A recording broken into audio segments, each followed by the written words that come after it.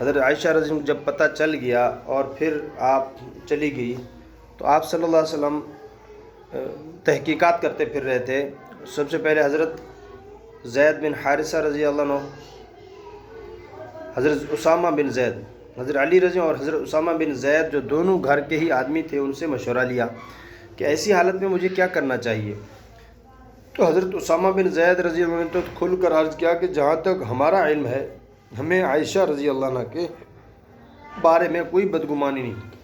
ان کی کوئی بات ایسی نہیں جس سے بدگمانی کی راہ پیدا ہو، اور آپ ان افواہوں کی کچھ پرواہ نہ کریں۔ حضرت علی کرم اللہ وجہہ نے آپ صلی اللہ علیہ وسلم کو غم و اضطراب سے بچانے کے لیے یہ مشورہ دیا کہ اللہ تعالیٰ نے آپ پر کچھ تنگی نہیں فرمائی اگر افواہوں کی بنا پر عائشہ رضی اللہ عنہ کی طرف سے کچھ تقدر طبعی ہو گیا ہے، یعنی جیسے کہتے ہیں دل کھٹا ہو گیا، تو عورتیں اور بہت ہیں، اور آپ کا یہ تقدر اس طرح بھی رفع ہو سکتا ہے کہ بریرہ رضی اللہ عنہا جو صدیقہ عائشہ رضی اللہ تعالیٰ عنہ کی کنیز ہیں، ان سے ان کے حالات کی تحقیق فرما لیجئے۔ چنانچہ رسول اللہ صلی اللہ علیہ وسلم نے بریرہ سے پوچھ گچھ فرمائی تو حضرت بریرہ رضی اللہ عنہ نے عرض کیا کہ اور تو کوئی بات عیب کی مجھے ان میں نظر نہیں آئی، بجز اس کے کہ نوعمر لڑکی ہیں، بعض اوقات آٹا گوندھ کر رکھ دیتی ہیں، خود سو جاتی ہیں، بکری آ کر آٹا کھا جاتی ہیں، یعنی غفلت کی بات ہے۔ اس کے بعد حضرت حدیث میں رسول اللہ صلی اللہ علیہ وسلم کا خطبہ دینا اور برسر منبر تہمت گھڑنے والوں اور افواہ پھیلانے والوں کی شکایت کا ذکر فرمانا اور طویل قصہ مذکور ہے۔ آگے کا مختصر قصہ یہ ہے کہ حضرت صدیقہ رضی اللہ عنہ فرماتی ہیں کہ مجھے یہ سارا دن پھر دوسری رات بھی مسلسل روتے ہوئے گزری، میرے والدین بھی میرے پاس آ گئے تھے، وہ ڈر رہے تھے کہ رونے سے میرا کلیجہ پھٹ جائے گا۔ میرے والدین میرے پاس بیٹھے ہوئے تھے کہ رسول اللہ صلی اللہ علیہ وسلم تشریف جی، تو فرمایا بیٹھے ہوئے تھے کہ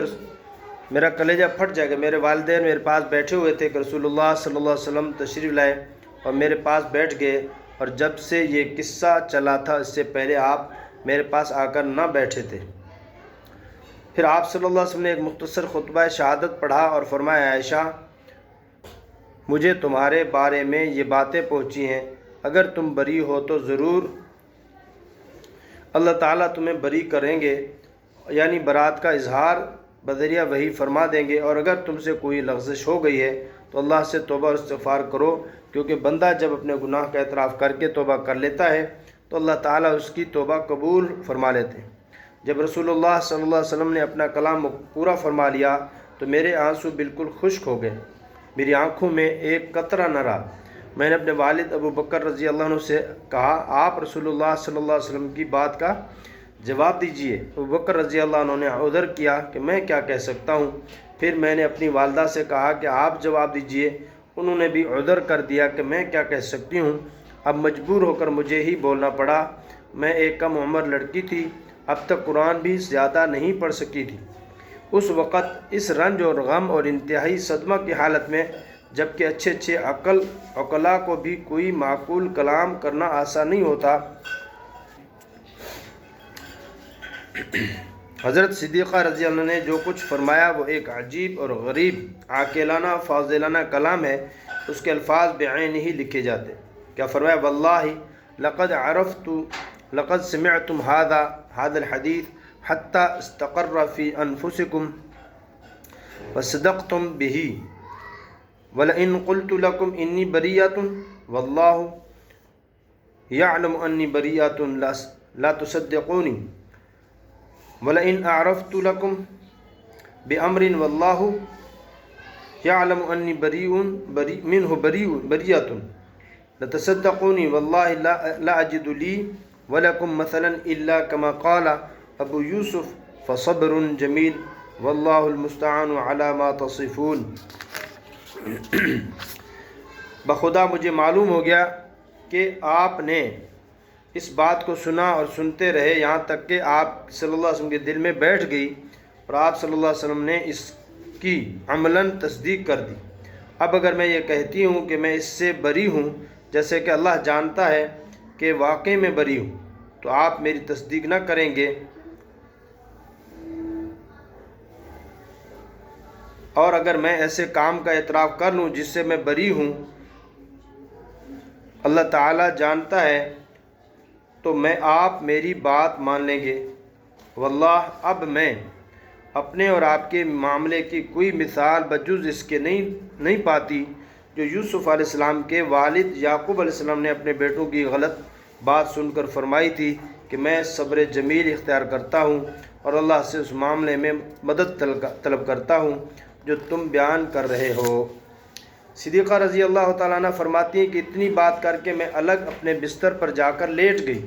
اور فرمایا کہ مجھے یقین تھا کہ جیسا کہ میں فی الواقع بری ہوں، اللہ تعالیٰ میری برات کا اظہار بدریہ وہی ضرور فرمائیں گے، لیکن یہ وہم اور خیال بھی نہ تھا کہ میرے معاملے میں قرآن کی آیات نازل ہوں گی جو ہمیشہ تلاوت کی جاویں گی، کیونکہ برات ظاہر کر دی جاوے گی۔ میں اپنا مقام اس سے بہت کم محسوس کرتی تھی۔ ہاں یہ خیال تھا کہ غالباً آپ صلی اللہ علیہ وسلم کو خواب میں میری برات ظاہر کر دی جاوے گی۔ صدیقہ رضی اللہ عنہ فرماتی ہیں کہ رسول اللہ صلی اللہ علیہ وسلم اپنی اس مجلس سے ابھی نہیں اٹھے تھے اور گھر والوں میں بھی کوئی نہیں اٹھا تھا کہ آپ صلی اللہ علیہ وسلم پر وحی کی کیفیت طاری ہو گئی جو نزول وحی کے وقت ہوا کرتی تھی، جس سے سخت سردی کے زمانے میں بھی آپ کی پیشانی مبارک سے پسینہ پھوٹنے لگتا تھا۔ جب یہ کیفیت رفع ہوئی تو رسول اللہ صلی اللہ علیہ وسلم ہنستے ہوئے اٹھے اور سب سے پہلا کلمہ جو فرمایا وہ یہ تھا، ابشری یا عائشہ تو اللہ فقط ابراکی، عائشہ تو خوشخبری سن لے، اللہ تعالیٰ نے تو تمہیں بری کر دیا۔ میری والدہ نے کہا کھڑی ہو جاؤ اور حضرت صلی اللہ علیہ وسلم کے پاس جا کر حاضر ہو۔ میں نے کہا نہ میں اس معاملے میں اللہ کے سوا کسی کا احسان مانتی ہوں نہ کھڑی ہوں گی، میں اپنے رب کی شکر گزار ہوں کہ اسی نے مجھے بری فرمایا ہے۔ حضرت صدیقہ رضی اللہ عنہ کی چند خصوصیات، امام بغوی رحمۃ اللہ علیہ نے انہیں آیات کی تفسیر میں فرمایا کہ حضرت صدیقہ عائشہ رضی اللہ عنہ کی چند خصوصیات ایسی ہیں جو ان کے علاوہ کسی دوسری عورت کو نصیب نہیں ہوئی، اور صدیقہ عائشہ رضی اللہ عنہ بھی بطور تحدیث بنعمہ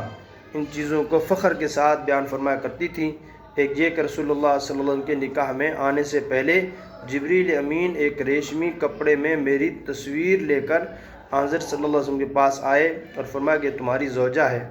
رواہ ترمذی عن عائشہ۔ اور بعض روایت میں ہے کہ حضرت جبریل امین اپنی ہتھیلی میں یہ صورت لے کر تشریف لائے تھے۔ دوسری یہ کہ رسول اللہ صلی اللہ علیہ وسلم کے سوا کسی کنواری لڑکی سے نکاح نہیں فرمایا۔ تیسری یہ کہ رسول اللہ صلی اللہ علیہ وسلم کی وفات ان کی گود میں ہوئی۔ چوتھی تھی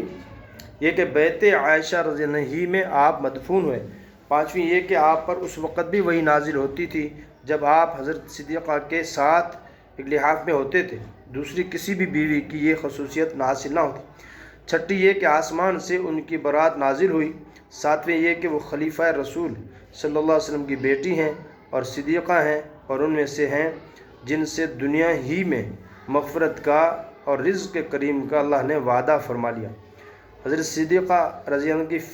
فقیہانہ اور عالمانہ تحقیقات اور فاضلانہ تقریر کو دیکھ کر حضرت موسیٰ بن طلحہ رضی اللہ عنہ نے فرمایا کہ میں نے صدیقہ عائشہ سے زیادہ فصیح اور بلیغ نہیں دیکھا۔ اچھا جی،